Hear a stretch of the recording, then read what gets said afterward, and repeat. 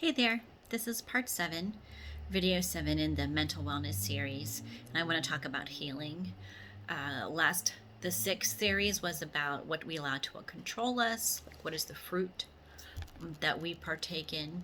Is it from, you know, Satan or our own self, old sin nature, or do we receive the fruits of the Spirit, love, joy, peace?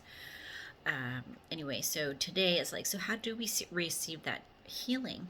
And I want to start with Psalm 107:20. And it says, He sent His word.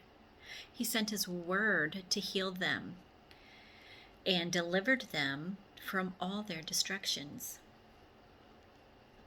And I just want to look at a couple of these definitions in the original language.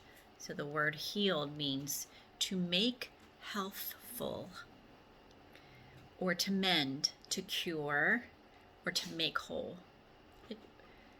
I think in our society, we're kind of learning how to do that with food.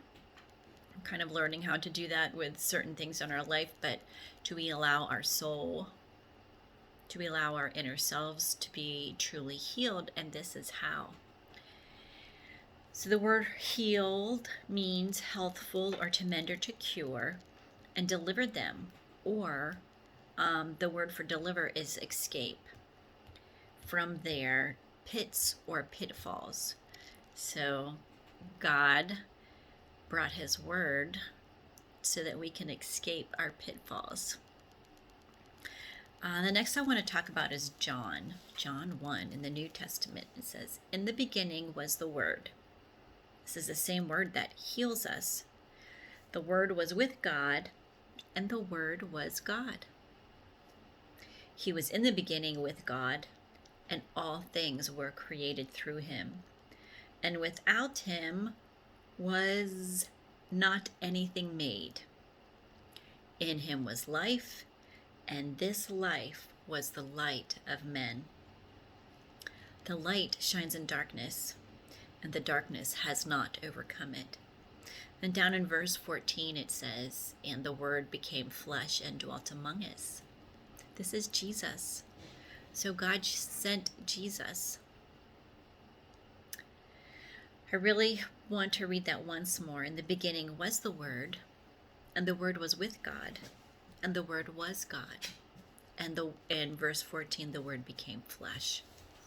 So Jesus dwelt among us, and the truth that He brings to our lives is to heal us, to make us healthful, to cure us, to mend us, to help us escape from our pitfalls.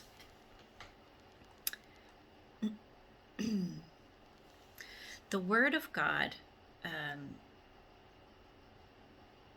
is what taught me critical thinking, is what gave me critical thinking skills.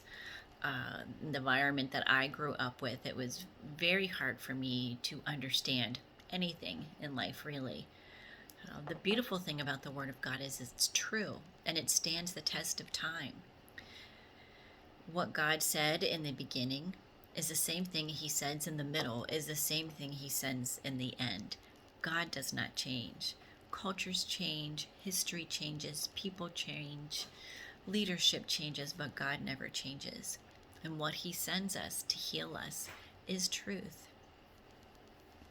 And that's why I believe I said something in my last video about turning to Jesus, right? So it's not that we ignore our problems. We don't ignore the things that has hurt us. We don't ignore our wounds, but we identify them for what they are. And then we put ourselves in a place where we're hearing truth. We put ourselves in a place that we surround ourselves with people who love us and care for us. And we can fellowship with who built us up, telling us the truth in love, right? So I encourage you to put yourself in a position where you're hearing the Word of God, where you're hearing truth. I encourage you to develop your relationship with Jesus Christ, and I encourage you to hang around people who also love the Lord, who also have been healed by God. They can help you walk through this journey of healing. But it's Jesus. Jesus heals us, the Word of God, the truth. heals us.